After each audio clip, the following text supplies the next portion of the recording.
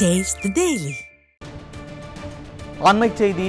மதுரையில் அதிமுக பொதுச் செயலாளர் எடப்பாடி கே பழனிசாமி செய்தியாளர்களை சந்தித்து வருகிறார். அதன் நேரலை காட்சியை தற்போது பார்க்கலாம். சட்டமன்ற மாவட்ட கழக செயலாளரும் கழகத்தினுடைய பல்வேறு பொறுப்புகள் இருக்கின்ற நிர்வாகிகளும் தேவரையா நினைவிடத்திற்கு சென்று தெய்வீக திருமணர் பசுபம் தேவரையா அவர்களுக்கு மலர் தூவி புகழஞ்சலி செலுத்தினோம். நேற்றைய தினம் திரு ஸ்டாலின் அவர்கள் தென்காசி மாவட்டத்திற்கு சென்று ஒரு அரசு நிகழ்ச்சியில் கலந்து கொண்டு பேசுகின்ற பொழுது எடப்பாடி பழனிசாமி விருத்தியின் உச்சத்தில் இருக்கின்றார், தினந்தோறும் ஏதாவது ஒரு பொய்யான அறிக்கையை ஊடகத்தின் வாயிலாக பத்திரிகையின் வாயிலாக வெளியிட்டுக் கொண்டிருக்கின்றார் என்ற ஒரு கருத்தை சொல்லியிருக்கின்றார். அதுவும் தினந்தோறும் அவதூறு கருத்துக்களை எடப்பாடி பழனிசாமி கூறி வருகிறார் என்ற ஒரு கருத்தை சொல்லியிருக்கின்றார். என்ன அவதூறு கருத்து என்று இதுவரை எனக்கு தெரியவில்லை.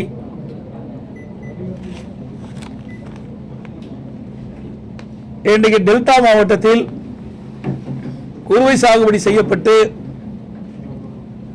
அந்த குறுவை சாகுபடி அறுவடை செய்கின்ற தருணத்தில் மழை தொடர்ந்து பெய்து கொண்டிருந்தது.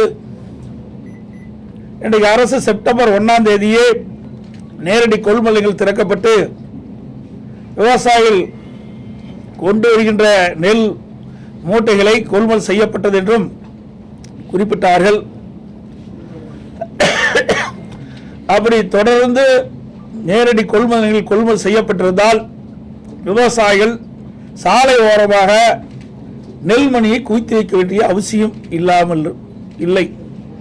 அதே போல திறந்த வெளியில் கொள்முதல் நிலையத்திற்கு எதிராகவே பல்லாயிரக்கணக்கான மூட்டை நெல்மணிகள் குவித்து வைத்திருந்தார்கள்.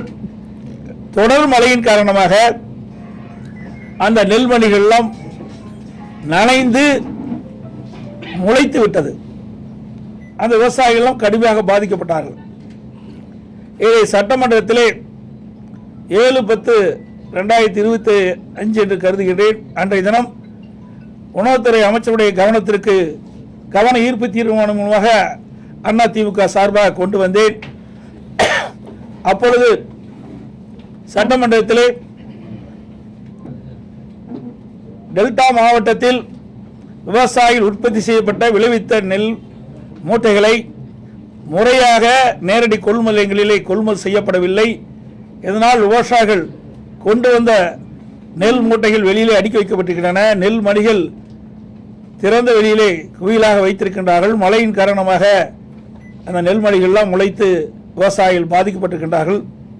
அதே உடனடியாக திமுக அரசாங்கம் போர்க்கால அடிப்படையில் விவசாயிகள் திறந்த வெளியிலே குவித்து வைக்கின்ற நெல்மணிகளை கொள்முதல் செய்ய வேண்டும் என்று வலியுறுத்தினேன். அப்பொழுது உணவு அமைச்சர் பதில் சொல்கின்ற பொழுது, நாங்கள் தினந்தோறும் ஒரு நாளைக்கு 2000 மூட்டை கொள்முதல் செய்கின்றோம், விடுமுறையான ஞாயிற்றுக்கிழமையும் கொள்முதல் செய்து கொண்டிருக்கின்றோம் என்ற கருத்தை சொன்னார். 17/10/2025 கவன ஈர்ப்பு தீர்மானம் 17/10/2025 கவன ஈர்ப்பு தீர்மானத்தில் சட்டமன்றத்தில் பேசினது. அப்படி 2000 மூட்டை கொள்முதல் செய்யப்பட்டிருந்தால் விவசாயிகள் கொண்டு வந்த அனைத்து நெல் மூட்டைகளிலும் கொள்முதல் செய்யப்பட்டிருக்கலாம். அதோடு நான் அறிக்கையின் வாயிலாக வெளியிட்டேன். அதற்கு நடவடிக்கை எடுக்கவில்லை. பிறகுதான் 21ஆம் தேதி 10ஆம் மாதம் 21ஆம் தேதி நேரடியாக டெல்டா மாவட்டத்திற்கு சென்றேன். அங்கே தஞ்சை மாவட்டம், திருவாரூர் மாவட்டம், நாகப்பட்டினம் மாவட்டம், மயிலாடுதுறை போன்ற மாவட்டங்களுக்கு நேரடி கொள்முதலுக்கு சென்று அங்கே பார்வையிட்ட பொழுதுதான் விவசாயிகள் கண்ணீரும் கவனமாக எங்களுடைய வயலில் விளைவித்த நெல் மணிகளெல்லாம் திறந்த வெளியிலே கொட்டி இன்றைக்கு மழையிலே நனைந்து முளைத்து வீணாகிக் கொண்டிருக்கின்றது. என் கண் முன்னாடி எங்கள் கண் முன்னன் எதிரே எங்கள் கண் எதிரே இன்றைக்கு நெல்மணிகள்லாம் முளைத்து பெரும் நஷ்டத்துக்கு நாங்கள் உள்ளாக இருக்கணும் என்ற கருத்தை சொன்னார்கள். அப்பொழுது நான் அவரிடத்தில் கேட்டேன், எவ்வளவு நாட்களாக நேரடி கொள்முதல் நிலையத்தில் கொள்முதல் செய்யவில்லை என்று கேட்கின்ற பொழுது சுமார் 15 நாட்களாக நேரடி கொள்முதல் நிலையங்களில் கொள்முதல் செய்யப்படவில்லை. அப்படி கொள்முதல் செய்யப்பட்ட காலகட்டத்திலும் 600 மூட்டைக்கு மேல் எந்த நேரடி கொள்முதல் செய்யவில்லை என்ற கருத்தை சொன்னார்கள். அதோட சணல் சாக்குகள் இல்லை என்றும் அந்த நேரடி நெல் கொள்முதலத்தில் இருக்கின்ற அடுக்கி வைக்கப்பட்டிருக்கின்ற நெல் மூட்டைகளை எடுத்து செல்வதற்கு போதுமான லாரிகள் இல்லை, லோட் பேன் இல்லை. இப்படி இருக்கின்ற காரணத்தினாலே தான் விவசாயிகள் கொண்டு வரப்பட்ட நெல் மூட்டைகளை அவர்கள் கொள்முதல் செய்யாத ஒரு அவலநிலை ஏற்பட்டது. அதைத்தான் சுட்டிக்காட்டினேன். இதில் என்ன அவதூறு செய்தி இருக்கிறது என்று எங்களுக்கு தெரியவில்லை. அதோட துணை முதலமைச்சர் டெல்டா மாவட்டத்துக்கு சென்றார். நாங்கள் கூட பரவாயில்ல, டெல்டா மாவட்டத்துக்கு செல்றாரு, விவசாயிகளுடைய பிரச்சனைலாம் தீர்ப்பார், விவசாயிகளுடைய கருத்தை கேட்பார், நேரடி கொள்முதல் நிலையத்துக்கு செல்வார் என்றெல்லாம் நான் எதிர்பார்த்தேன். ஆனால் அங்கெல்லாம் போகல. உடனே ரயில்வே ஸ்டேஷனுக்கு போய் சரக்கு ரயிலில் அங்கே கொடியை அடிச்சிட்டு வந்துட்டார். ஏற்கனவே டெல்டா மாவட்டத்தில் கொள்முதல் செய்யப்பட்ட நெல் மூட்டைகள் எல்லாம் சரக்கு ரயிலில் 20 நாட்களில் சென்று கொண்டு இருக்கின்றது. ஆனால் விவசாயிகளை சந்திக்க அவர்கள் மனமில்லாத காரணத்தினாலே அங்கே நேரடி கொள்முதலுக்கு சென்று விவசாயிகளை சந்தித்தால் ஏதாவது பிரச்சனை ஏற்படும் என்ற அச்சத்திலே விவசாயிகளை சந்திக்காமலே இன்று தமிழக துணை முதலமைச்சர் சென்று விட்டார். அதற்கு பிறகு முதலமைச்சர் ஸ்டாலின் அவர்கள் கிட்டத்தட்ட 30 நாட்களுக்கு முன்பாக நடவு செய்த நெற்பயிரெல்லாம் கனமழையின் காரணமாக நீரிலே மூழ்கி சேதமடைந்து விட்டது. சேதமடைந்த அந்த அழுகிய பயிர்கள் எல்லாம் ஒரு ட்ரெயினில் வச்சு கொண்டாந்து காட்டுறாங்க. எப்படிப்பட்ட முதலமைச்சர்! இந்தியாவிலே இப்படிப்பட்ட முதலமைச்சர் எந்த மாநிலத்திலும் இல்லை. விவசாயிகள் பாதிக்கப்படுகின்ற விவசாயிகளை நேரடியாக சென்று ஆறுதல் கூறவில்லை. அங்கே திறந்த வெளியிலே அடுக்கி வைக்கப்படுகின்ற மூட்டைகளையும் நெல்மணிகளையும் கொள்முதல் செய்வதற்கு மனமில்லை. இதனால் பெரும் நஷ்டத்துக்கு விவசாயி உள்ளாகிறார். இதையெல்லாம் கவனத்திலே கொள்ளாத ஒரு ஆட்சி தான் திமுக ஆட்சி என்பதை நேரத்திலே சுட்டிக்காட்ட விளைகின்றேன். அதோட நேற்றைய தினம் ஒரு கருத்தை சொல்லியிருக்கின்றார். திராவிட முன்னேற்ற கழக ஆட்சியில் தான் ஒவ்வொரு ஆண்டும் சராசரியாக 42 லட்சம் மெட்ரிக் டன் இன்றைக்கு கொள்முதல் செய்யப்பட்டதாக ஒரு பச்சை பொய்ய சொல்லியிருக்காங்க. திராவிட முன்னேற்ற கழக ஆட்சிக்கு வந்த பிறகு உணவு மானிய கோரிக்கை நடக்கின்ற பொழுது அந்த கொள்கை விளக்க குறிப்பில் குறிப்பிட்டது. அதை நான் ஊடகத்தின் வாயிலாக இந்த நேரத்தில் தெரிவிக்க விரும்புகிறேன். 2022-23 ஆண்டு கொள்கை விளக்க குறிப்பு அதில் 105-106 பக்கம் 31/3/2022 வரை 29,48,000 மெட்ரிக் டன் தான் கொள்முதல் செஞ்சிருக்கிறாங்க. 2023-24 வருடம் பக்கம் 80 அந்த உணவு மானிய கோரிக்கையில் கொள்கை விறப்பில் பக்கம் 80ல் 31/3/2023 வரை 29,40,000 மெட்ரிக் டன் தான் கொள்முதல் செஞ்சிருக்கிறாங்க. 24-25 ஆண்டு கொள்கை விறக்க குறிப்பு பக்கம் எண் 101ல் 31/3/2024 வரை 28.26 லட்சம் மெட்ரிக் டன் தான் கொள்முதல் செஞ்சிருக்கிறாங்க. 25-26 ஆண்டு பக்கம் எண் 106ல் 31/3/2025 வரை 28,30,000 மெட்ரிக் டன் தான் கொள்முதல் செஞ்சிருக்கிறாங்க. மொத்தமா 1,15,49,000 மெட்ரிக் டன் தான் கொள்முதல் செஞ்சிருக்கிறாங்க. அப்படி என்றால் எப்படி ஆண்டுக்கு 42 லட்சம் மெட்ரிக் டன் கொள்முதல் செய்ய முடியும்? அத்தனையும் பொய். எல்லாம் விளம்பர மாடல் அரசு என்பது நிரூபணமாகிவிட்டது. ஆக திராவிட முன்னேற்ற கழக ஆட்சியில் உணவுத்துறை மானிய கோரிக்கையின் போது அந்த கொள்கை விளக்க குறிப்பில் குறிப்பிட்டது உண்மையா? அந்த உணவு அமைச்சர் தெரிவிக்கப்பட்டது உண்மையா? அல்லது நேற்றைய தினம் தென்காசியில் நடைபெற்ற அரசு நிகழ்ச்சியில் முதலமைச்சர் குறிப்பிட்டது உண்மையா? அதை இந்த முதலமைச்சர் விளக்க வேண்டும். இது புள்ளிவரத்தோட அவர்கள் குறிப்பிட்ட இந்த ஆட்சியில் உணவுத்துறை மானிய கோரிக்கையில் அவர்களது உணவு அமைச்சர் சட்டமன்றத்தில் கொள்கை விளக்க குறிப்பை தாக்கல் செஞ்சிருக்கார். அதில் இந்த குறிப்பை எடுத்து நான் உங்களிடத்தில் விளக்கி சொல்லிக்கின்றேன். இப்படி மக்களை ஏமாற்றி விவசாயிகளை ஏமாற்றுகின்ற அரசு தான் விடியா திமுக அரசாங்கம். அதோட இன்னைக்கு பாத்தீங்கன்னா திருச்சியில் இன்னைக்கு முதலமைச்சர் சொல்றாரு அவதூறு செய்யணும். உங்க பத்திரிகையிலையும் ஊடகத்திலையும் இந்த நேரடி கொள்முதல் நிலையத்தில் அடுக்கி வைக்கப்படுகின்ற இந்த அரசு கொள்முதல் செய்யப்பட்டு நேரடி கொள்முதல் நிலையத்தில் முளைத்த அந்த நெல்மணிகள்லாம் காட்டினீங்க, மூட்டைகள் எல்லாம் முளைச்சு போனதெல்லாம் காட்டினீங்க. அதோட திறந்த வெளியில் விவசாயிகள் குவித்து வைக்கின்ற நெல்மணிகள்லாம் முளைத்த செய்தியெல்லாம் காட்டினீங்க. அப்படின்னா அந்த செய்தியின் அடிப்படையில் தான் நான் போய் டெல்டா மாவட்டத்தெல்லாம் பார்வையிட்ட விவசாயிகளை சந்திச்சு நேரடி கொள்முதல் சொன்னேன். அப்படின்னு இந்த வர செய்தியெல்லாம் பொய்யான செய்தியா? இதெல்லாம் அவதூறான செய்தியா? அப்படித்தானே முதலமைச்சர் எண்ணுகிறார்.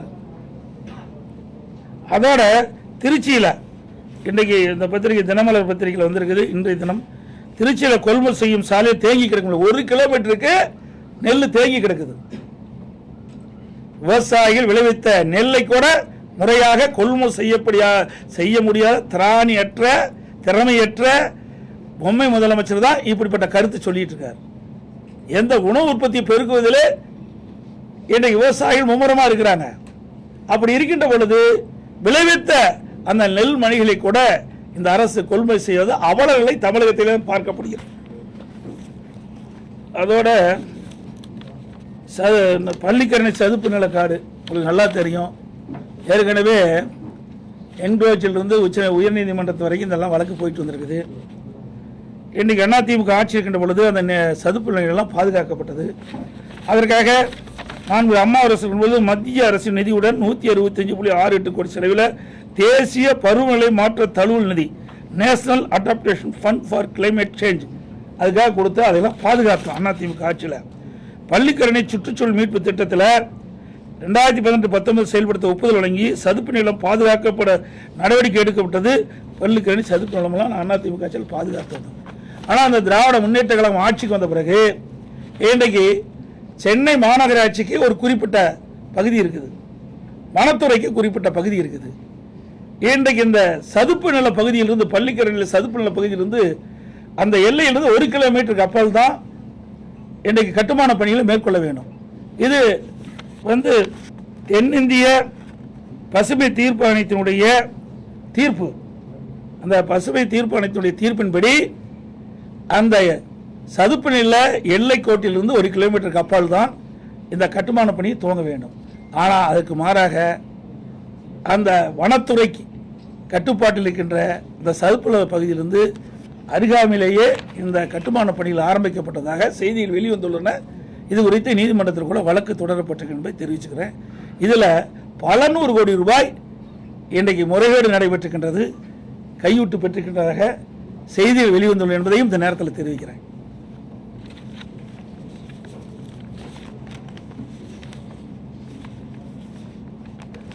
அப்புறம் இன்னொன்று, சார் என்றாலே திமுகவுக்கு அலர்ஜி. உங்களுக்கு நல்லா தெரியும் எந்த சார் நீங்களே முடிவு பண்ணிட்டீங்க. எஸ்ஐஆர் என்ற வார்த்தை கேட்டாலே திமுகவுக்கு இன்னைக்கு ஒரு அதிர்வு ஏற்படுகின்றது, அதிர்ச்சி ஏற்படுகின்றது. இதில் என்ன தவறு இருக்குது எனக்கு தெரியல. நீங்கள் பார்த்தீங்கன்னா அதிமுக சார்பாக நீதிமன்றத்துக்கு சென்று இன்றைக்கு ஆர்கே நகரில் மட்டும் நீதிமன்றத்துக்கு சென்று 31,000 வாக்குகளை நாங்கள் நீக்கியிருக்கிறோம். பல முறை சம்பந்தப்பட்ட அதிகாரிகளுக்கு இறந்தவர்கள் பட்டியல், அதே போல அங்கே குடியிருப்பில் இல்லாமல் இருக்கின்றவர்கள் பட்டியலாம் கொடுக்கப்பட்டு முறையாக விசாரிக்கவே இல்லை. நீதிமன்றத்துக்கு சென்று தான் அந்த நீதிமன்ற தீர்ப்பின்படி 31,000 பேர்களை நீக்கியிருக்கிறோம். அதே போல கரூரில் இதே போல நீதிமன்றத்தின் மூலமாக 10,000 வாக்குகளை நீக்கியிருக்கிறோம். நீங்கள் 2023 ஈரோடு கிழக்கு சட்டமன்ற தேர்தலில் பார்த்தீங்களா, அந்த குடிசை மாற்று வாரியத்தில் இருக்கிற வீடுகளை இடிக்கப்பட்டு விட்டது. யாருமே குடியில்லை, அங்கே குடியிருப்பதாக வாக்காட்பட்டியலில் வாக்கால் இடம்பெற்றிருக்கிறாங்க. அதை நீக்க வேண்டும். அங்கே இருக்கிற மாவட்ட ஆட்சித்தலைவர் சம்பந்தப்பட்ட அதிகாரி கொடுத்தா நீக்கல, இது வரைக்கும் நீக்கல, அப்படித்தான் இருக்குது. இப்படிப்பட்ட நிலைமையெல்லாம் மாற வேண்டும். தகுதியான வாக்காளர்கள் வாக்களிக்க வேண்டும். அதுதான் எங்களுடைய நிலைப்பாடு. இதில் என்ன பிரச்சனை கேட்டு தெரியல. ஏன்னா எல்லா இடத்திலையுமே இன்னைக்கு மாநகராட்சியிலிருந்து தமிழ்நாடு முழுவதும் 234 தொகுதியிலும் இறந்தவர்கள் வாக்குகளை நீக்கப்படவில்லை. இன்றைக்கு நீங்க பார்த்தீங்கன்னா எங்களுடைய எடப்பாடி சட்டமன்ற தொகுதியில் கூட நீக்கவர்கள் பட்டியலே வந்து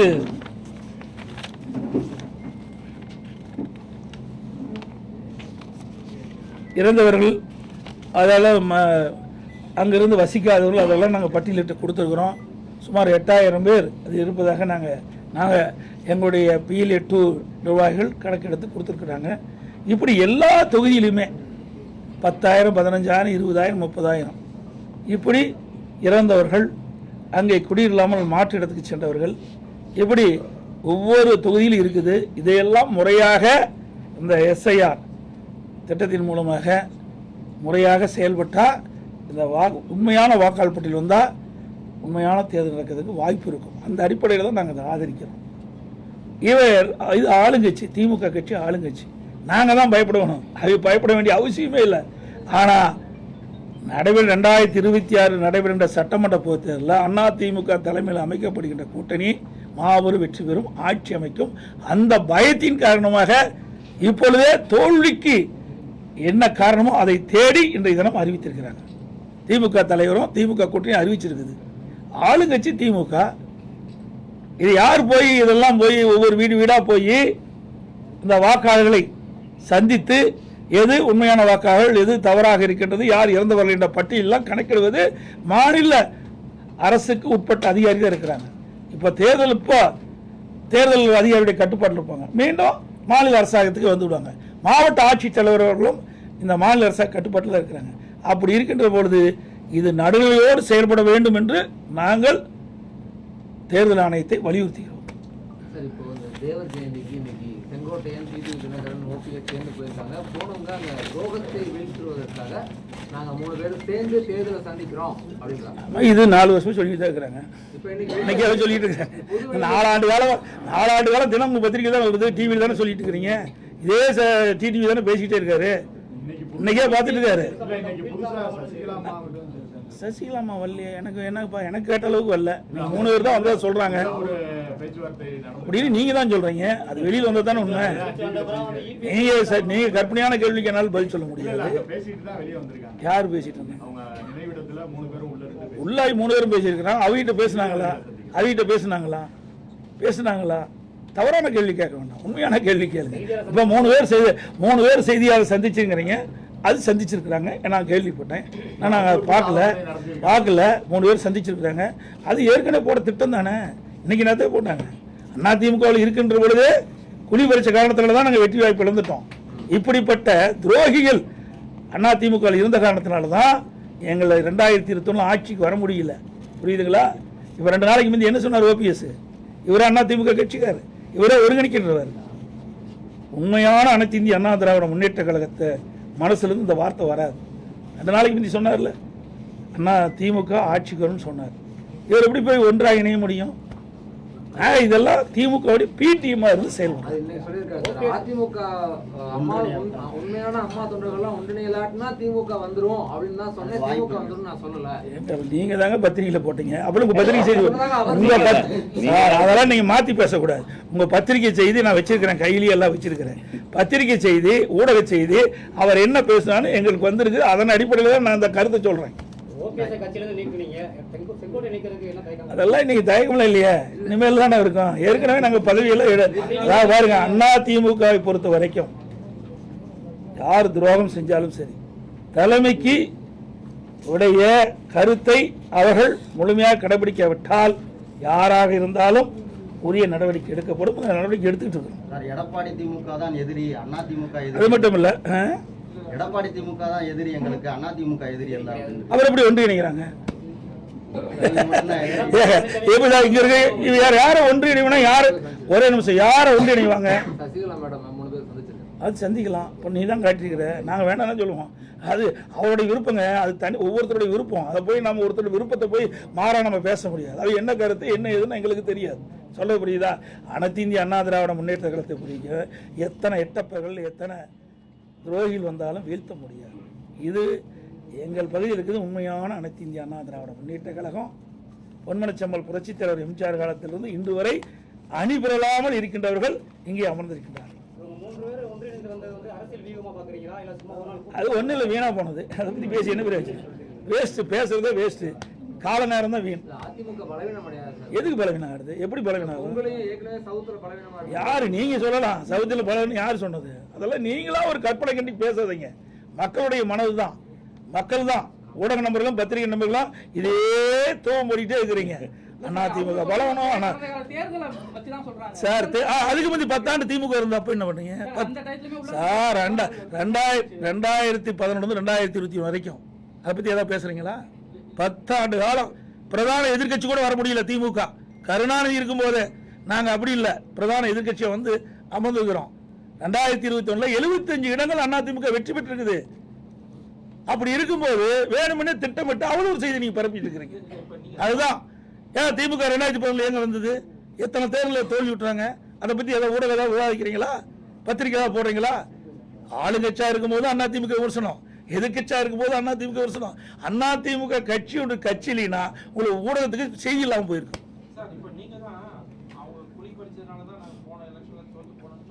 ஆமா ஆமாங்க, அப்படி இருந்திருக்கிறாங்க. அப்படி இருக்காரு தானே? ஆமாங்க, அப்படி இருக்காரு தானே? சொங்காட்டையெல்லாம் அப்படி இருக்காரு தானே அங்கே ஜெயிக்க முடியல. அந்தியூர்ல ஏன் ஜெயிக்க முடியல?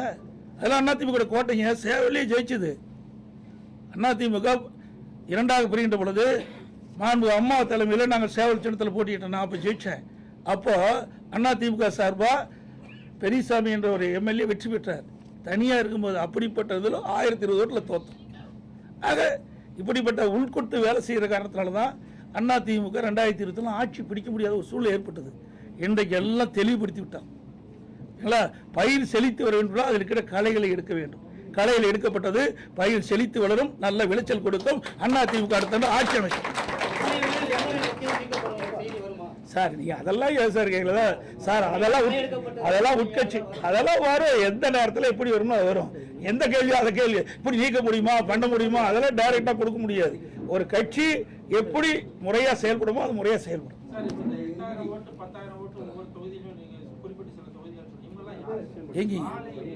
சார் இறந்தவர்களே இருக்கிறாங்க. என்னுடைய எடப்பாடி சட்டமன்ற தொகுதியில் 5600 பேருக்கு மேல இறந்தவர் இருக்கிறாங்க. எடுக்கவே இல்லை.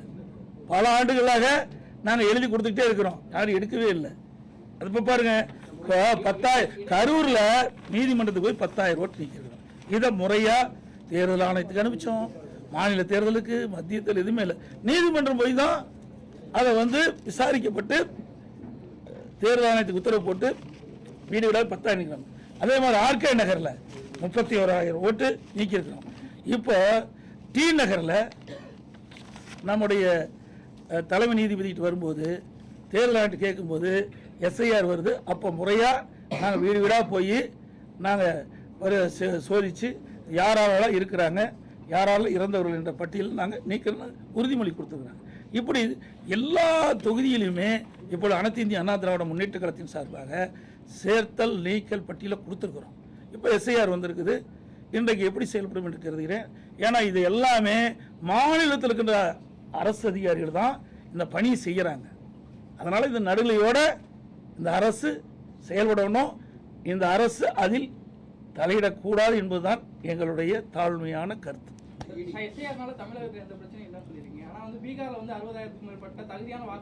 அது பீகாரை பத்தி எனக்கு தெரியாது சார். தமிழ்நாட்டை பத்தி கேளுங்க. நான் தமிழ்நாட்டில் வசிக்கிறேன் சார். அங்க நேர்மை நீங்க எப்படி தப்புன்னு கண்டுபிடிச்சீங்க? தப்புன்னு கண்டுபிடிச்சா நீதிமன்றத்துக்கு போனாங்கல்ல, ஏன் நீதிமன்றம் சொல்லல?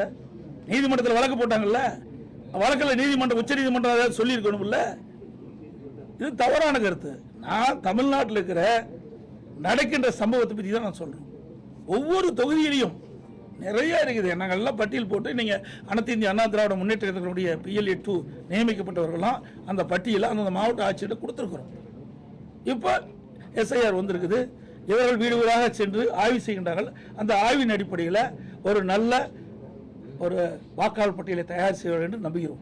இடைப்பட்ட காலத்துல ஒருத்தரை நீக்க முடியாது அப்படின்னு ஒரு தகவல் வந்ததுனாலதான் யாரையுமே நீக்காம விட்டுட்டாங்கன்னு தான் சொன்னாங்க. சரிங்க. 6 வருஷத்துக்கு முன்னாலே இந்த பிரச்சனை வரப்போ டெத் சர்டிஃபிகேட் கொடுத்தா நீக்க முடியும்னு எலெக்ஷன் கமிஷன் தான் சொன்னாங்க. ரைட்டுங்க. பிறப்பிறப்புல யார் பார்க்குறாரு? அவர்கிட்ட அந்த அதிகாரிகிட்ட இல்லையா? அவர் தானே ரெவன்யூ டிபார்ட்மெண்ட் தானே அதிகாரிகள். அவர்கிட்ட எல்லா இதுவும் இருக்குது. அதே மாநகராட்சியில் எல்லாம் இருக்குது, நகராட்சியில் இருக்குது. அதை வச்சு யார் இருந்தாங்களும் தாராளமாக கண்டுபிடிக்கலாமே. இது ஒன்றும் பெரிய விஷயம் கிடையாது. என்ன ஒரு இடத்துல ஒரு 1000 ஓட்டு 1500 ஓட்டு இருக்குது. இப்போ தேர்தல் நடக்கும்போது ஸ்லிப் கொடுக்க போகிறாங்க. 3 நாளில் ஸ்லிப் கொடுத்துட்றாங்க நேரடியாக வாக்காள பார்த்து. அப்போ எஸ்ஐஆரில் கிட்ட நீ ஒரு 10 நாள் எடுத்துங்க, நேரடியாக போங்க, விசாரிங்க, அதில் என்ன பிரச்சனை பாருங்கள். இதை உண்மையான வாக்காளர் பட்டியலாம் தயாரிக்க சொல்கிறோம். இது ஆளுங்கட்சி வேணுமென்றே திட்டமிட்டு ஒரு தவறான கருத்தை பரப்பி வராங்க. அந்த கூட்டணி கட்சியெல்லாம் சால்ரா போடுது. இதில் என்ன இருக்குதுன்னு எனக்கு ஒன்றும் புரியல. நீங்க எதா இருந்தா சொல்லுங்க, நாங்களும் அதை கவனத்தில் எடுத்துக்கிறோம். அமைச்சர் கே என் நேரு நகராட்சி நிர்வாகத்தில் வந்து ஒரு 25 லட்சம் ரூபாய்க்கு மேல ஊழல் பண்ணிட்டாருன்னா இடி ஒரு கேஸ் போட்டாங்க. ஆமா, உண்மையான அரசாங்கமாக இருந்தால், நேர்மையான அரசாங்கமாக இருந்தால் இடி கொடுப்பதை அதை ஆய்வு செய்து அவர் மீது வழக்கு பதிவு செய்யணும். ஆனால் இந்த அரசாங்கத்தில் அது கிடையாது. எதிர்கட்சி மீது வழக்கு போடுவாங்க. ஏன்னா என் மீது கூட வழக்கு போட்டாங்க. என்ன வழக்கு? டெண்டர் கேன்சல் ஆயிட்டுது, அந்த நிதியும் கேன்சல் ஆயிட்டுது, அதில் 400 கோடி ஊழல். எப்படி வழக்கு? டெண்டர் கேன்சல்டு, உலக வங்கி டெண்டர், அந்த உலக வங்கி நிதியும் கேன்சல் பண்ணிடுது.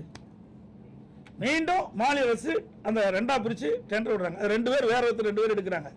ஆக முதல் டெண்டர் விட்டாங்க பார்த்தீங்களா, அதில் 400 கோடி ஊழல். இப்படிப்பட்ட அரசாங்கம் தான் இந்த அரசாங்கம். இந்த அரசாங்கத்தில் நேர்மை பார்க்க முடியுமா? ஆக இல்லைன்னா வழக்கு யாராச்சும் போடுவாங்க. யாராவது வழக்கு போட்டாங்களா நீதிமன்றம் விசாரிக்கும். அப்போ நீதிமன்றம் விசாரிக்கின்ற பொழுது உண்மை வெளியே வரும்.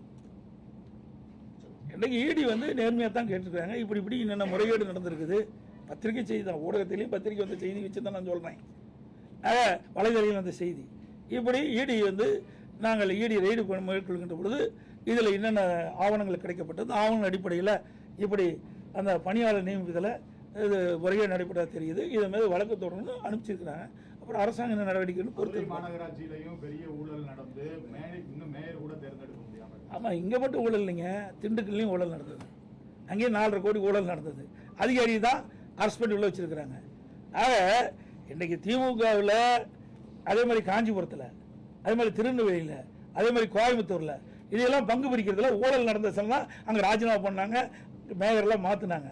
ஆக அனைத்து இந்திய அண்ணா திராவிட முன்னேற்ற கழகம் அடுத்த ஆண்டு ஆட்சி பொறுப்பு ஏற்ற பிறகு தான் எந்த மாநகராட்சி, எந்த நகராட்சி, எந்த பேரூராட்சி, எந்த ஒன்றியத்தில் என்னென்ன முறைகேடு என்பதையெல்லாம் கண்டுபிடித்து மக்கள் வெளிச்சம் போட்டு காட்டப்பட்டு முறைகேட்டில் ஈடுபட்டு என்பதெல்லாம் சட்டப்படி நடவடிக்கை எடுக்கப்படும். தேசிய ஜனநாயக கூட்டணியில் இன்னும் அதிகமான கட்சிகளை வரவேற்க முயற்சி எடுப்பதாக அமித்ஷா வந்து நியூஸ் 18 கொடுத்த பேட்டில் சொல்லியிருக்காரு. யாரெல்லாம் வரப்போறாங்க? நல்லா புரிஞ்சுக்கிங்க. அனைத்து இந்திய அண்ணா திராவிட முன்னேற்ற கழக தலைமையில் இன்னைக்கு பாரதிய ஜனதா கூட்டணி அமைச்சிருக்குது. இன்றைக்கு ஒவ்வொரு முறையும் தேர்தல் வருகின்ற 2019 நாடாளுமன்ற தேர்தல் அப்போ ஒரு மாதத்துக்கு முன்பு தான் நாங்கள் கூட்டணி அமைச்சோம். 2021 சட்டமன்ற தேர்தல் அப்பொழுதும் தேர்தலுக்கு முன்பு ஒரு மாதத்துக்கு முன்பு தான் கூட்டணி அமைச்சோம். 2024 அப்பொழுதும் தேர்தல் அறிவிக்கப்பட்ட பிறகுதான் நாங்கள் தேமுதிக கூட்டணி. இப்படி அனைத்து இந்திய அண்ணா திராவிட முன்னேற்ற கழகத்தை பொறுத்த வரைக்கும் தேர்தல் அது வந்தாங்க அமைச்சோம். இருந்தாலும் இன்னும் அந்தந்த கட்சிகள் சுயமாக சுதந்திரமாக செயல்பட்டுக் கொண்டிருக்கின்றது. ஒரு கூட்டணி அமைக்கப்பட்டு விட்டால் அந்த கூட்டணியினுடைய நிலையில் தான் அவர்களும் செல்ல முடியும். கூட்டணியினுடைய கொள்கையின் அடிப்படையில் செயல்படுத்த முடியும். ஆக தனியாக அந்த கட்சி எது செயல்படுத்த முடியாது, எந்த கருத்தையும் சொல்ல முடியாது. இப்போ அப்படித்தானே திமுக தலைமையில் இந்த கூட்டணி கட்சியெல்லாம் ஏதாவது வாய் திறந்துருக்குதா? டெல்டா மாவட்டத்தில் இவ்வளவு நெல் பாதிப்புட்டாக இருக்குது. அதில் ஏதாவது வாய் திறந்து பேசினாங்களா? ஏதாவது போராட்டம் நடத்தினாங்களா? முடியாது. ஏன்னா கூட்டணியில் அங்கம் வச்சுட்டாங்க. தேர்தல் உரிய காலத்தில் வர இருக்குது. இப்படி சொன்னால் வாக்கு பாய்ச்சிடும். அதனால் அனைத்து இந்திய அண்ணா திராவிட முன்னேற்ற கழகத்தை பொறுத்த வரைக்கும் தேர்தல் வருகின்ற காலகட்டத்தில் நாங்கள் கூட்டணி அமைப்போம். அதில் எந்த மாற்று கருத்தும் கிடையாது. நீங்கள் என்ன எண்ணுகின்றீர்களோ நிச்சயமாக நடக்கும். இப்பொழுதும் சொல்கின்றேன், 2026 சட்டமன்ற தேர்தலில் அனைத்து இந்திய அண்ணா திராவிட முன்னேற்ற கழக தலைமையில் அமைக்கப்பட்ட கூட்டணி பெரும்பான்மையான இடங்களிலே வெற்றி பெறும். அண்ணா திமுக தனி பெரும்பான்மையோடு ஆட்சி அமைக்கும். நன்றி, வணக்கம். அதாவது நாங்களாம் நீங்க தான் தவறான செய்தி வெளியிட்டு இருக்கிறீங்க. இது ஊடக நபர்களும் பத்திரிகை இந்த நேரத்தில் கேட்கிறேன். அனைத்து இந்திய அண்ணா திராவிட முன்னேற்ற கழகம் தாவேகாவோட கூட்டணி நாங்கள் பேச்சுவார்த்தை இதுவரைக்கும் நடத்தலை. அதே மாதிரி தாவேகா அதிமுக கட்சியோட கூட்டணி பேச்சுவார்த்தை நடத்தலை. நீங்களா ஒரு யோகத்தை பண்ணிக்கிட்டு, நீங்களா ஒரு கற்பனை பண்ணிக்கிட்டு நீங்கள் செய்தி வெளியிட்டீங்களா, பொறுப்பு நாங்கள் அல்ல. அதோட ஒரு இடத்துல இன்றைக்கி 2-3 இடத்துல பார்த்தோம். கரூர் சம்பவத்துக்கு பிறகு 2-3 இடத்துல இன்றைக்கி தாவேகா கட்சி சேர்ந்த அந்த தொண்டர்கள் எங்கள் கூட்டத்தில் கொடி பிடிச்சாங்க. அப்போ நம்ம ஆரவாரமாக இருந்தாங்க.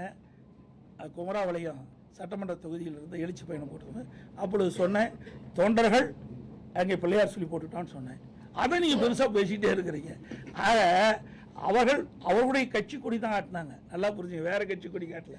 அப்பவும் அவர் கட்சிகளாக இருக்கிறாங்க. ஆக அந்தந்த கட்சி தலைவர் எடுக்கிற முடிவுதான ஒழிய நாங்கள் இதுவரை நாங்களும் அவரோட பேச்சுவார்த்தை நடத்தலை, தாவாக்கோட பேச்சு நடத்தலை, தாவாக்கா கட்சியும் அதிமுக பேச்சுவார்த்தை நடத்தவில்லை என்பதை நேரத்தில் தெரிவிச்சு. ஆமா, தொண்டர் அப்படி கிடையாது. தொண்டர் ஏங்க உங்க வீட்டில் ஒரு விருந்தாளி வராங்க, விருந்தாளி என்ன சொல்லுவீங்க? போப்ப வெளியின்னு சொல்லுவீங்களா? என்னங்க இது? ஒரு மனிதாபிமானம் வேண்டாம். ஒரு கட்சியில் இருக்கிற ஒரு தொண்டை எங்க கூட்டத்தில் கலந்துட்டு கொடியாட்டுறாங்க. அப்ப இதுல என்ன தவறு? சொண்டால பத்தி தான் சொன்னேன். அங்க கொடியாட்டி தொண்டர் அங்க தொண்டர்கள் பிள்ளையார் சொல்லி போட்டுருக்கான்னு சொன்னேன். இதுல என்ன தவறு இருக்குது? யாரு எதுக்கு உல வைக்கிறதுக்கா? ஏற்கனவே நாங்க படுறது ரொம்ப பத்தலையா? இப்படிப்பட்ட நிலைமைக்கு அவைதான காரணம். ரைட். அனைத்து கூட பத்திரிகை நன்றி, வணக்கம்.